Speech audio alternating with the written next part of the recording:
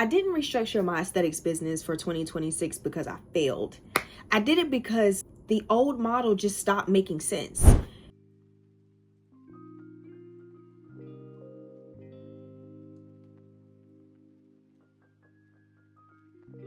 What's up, y'all?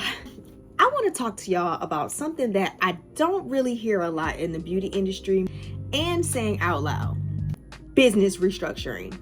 I didn't restructure my aesthetics business for 2026 because I failed. I did it because the old model just stopped making sense for my body, for my income, and for the economy that we're living in. If you're a service provider and you've been feeling tired, you've been feeling boxed in, you've just been feeling like you're just working to just keep things running, this pretty much might resonate with you. This video isn't just advice. It's just me sharing why I made a very intentional shift in my life for my business. Quick context. So if we haven't met, I'm Chais, and I'm an esthetician who's built my business hands-on, client by client, and this shift came from listening to what wasn't working anymore within my business, especially as the economy just started to change. So y'all forgive me, I'm dermaplaning. The beauty and wellness industry, it's changing fast, okay? Costs are higher, clients are more selective, and the idea that we can just book more clients and work longer days, that ain't working. And also too, even just pushing through physically, it's just not realistic anymore. That's not gonna work in 2026 for a lot of service providers.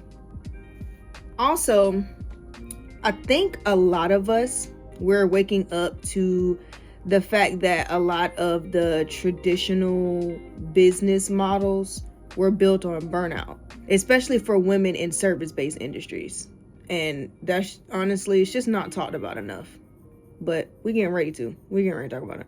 So instead of pretending that everything is okay, I just asked myself, and I started to ask myself questions like what's your end goal? What's your end goal? What's the reality of the situations that you're currently going through right now? Because there are certain things that I want in my life, and it's getting harder to obtain the things that I want because wages aren't keeping up with what's going on in the economy, and we can clearly see that. The main question that I've been asking myself is, does my business actually support the life that I want long term? Okay, like that's the questions that we have to start asking. So as I dermaplane my face, I'm gonna go ahead and just kind of go into what wasn't working for me the last 3 years that I have been open for business, because I launched my business in March of 2023. Now I've been in business for a while, but this is my first time. Excuse my edges, y'all. I'm gonna clean that up. Oh my god, I can't believe I got my edges like this on camera. When I launched my business in 2023, things were very, very different then, but they were shifting to where we are now. Even still, I started my makeup business, almost a decade ago, and we definitely aren't in that. We're not in those times anymore. So while I'm dermaplaning, I'm gonna kind of go into what wasn't working anymore. Okay, so some of the things that wasn't working anymore, and y'all forgive me for the blade that I'm using because this is not the right blade. But when I was a beginner esthetician, this was the blades that I bought. And I ain't about to waste these blades, y'all. So forgive me. I am not supposed to be using these blades, but I am today. But a few things that just wasn't working for me anymore. My income was too closely tied to my physical output, right? If I worked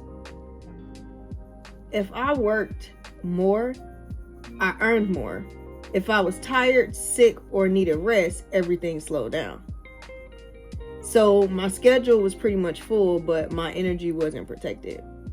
And I'm gonna be real, because I've said this a lot through a lot of my videos. Like, I love what I do. Please don't misunderstand me about that. I love being an esthetician. I love doing brows. I love doing facials. But I have to get paid We as service providers, we have to get paid for the work that we put into within our business. Schedule was full, but my energy, I wasn't protecting my energy. And even though I love what I do, I could feel that if I went down this path, I was going to stop loving what I do. And I felt like I wasn't going to want to go back to it. And I can't really go in this direction. I can't go in this direction for another 5 or 10 years, because that's going to cost me my mental health, my creativity, and eventually my passion. So that's pretty much when I just started thinking about things that were important to me. Being booked doesn't always mean stable. And I'm gonna be honest, y'all, I don't want to be booked up all the time. I want clients on my books, but I also want to be able to put in time doing other things that I want to do. And we have just been convinced that living this 40-hour to 80-hour lifestyle, just working nonstop, is normal, and it's not. It was time for me to start asking myself, what do I want out of my career? Because yes, I love what I do, but I'm so talented in other things. So how can I structure my business, and within this business, my esthetician business, in a way where the business works for me? The mindset shift. The mindset shift. The real. Okay. I had to shift how I thought about success. For a long time, success to me looked like being busy, fully booked, being constantly needed.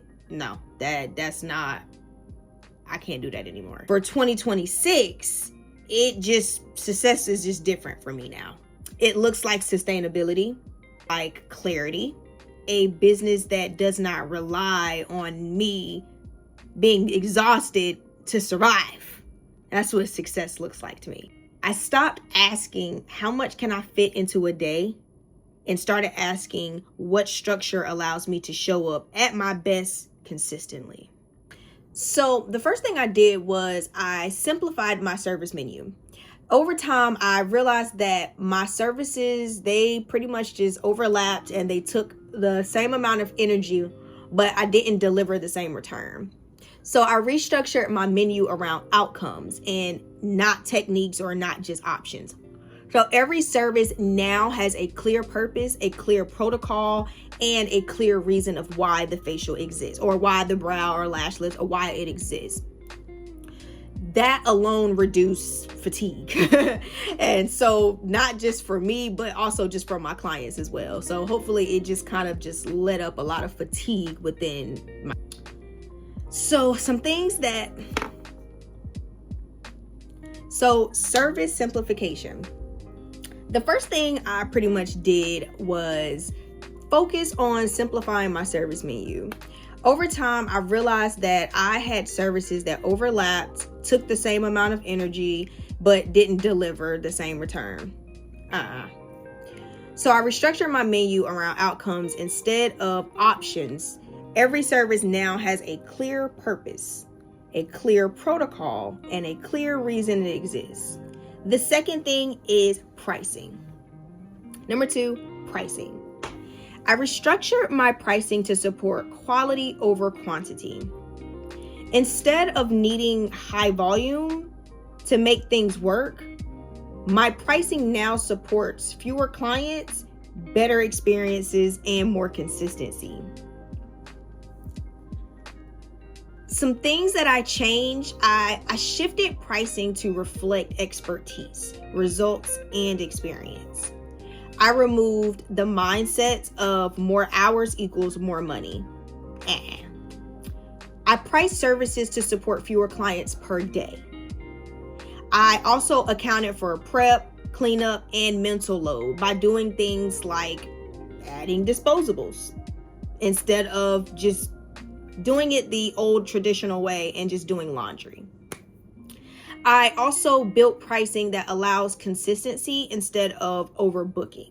By me stopping pricing services as if I were only selling time, I had to restructure that because I want to make sure that I'm actually getting paid per my time. I'm getting paid for the product cost. I'm getting paid for the things that I'm adding into my services, and I'm getting that revenue back.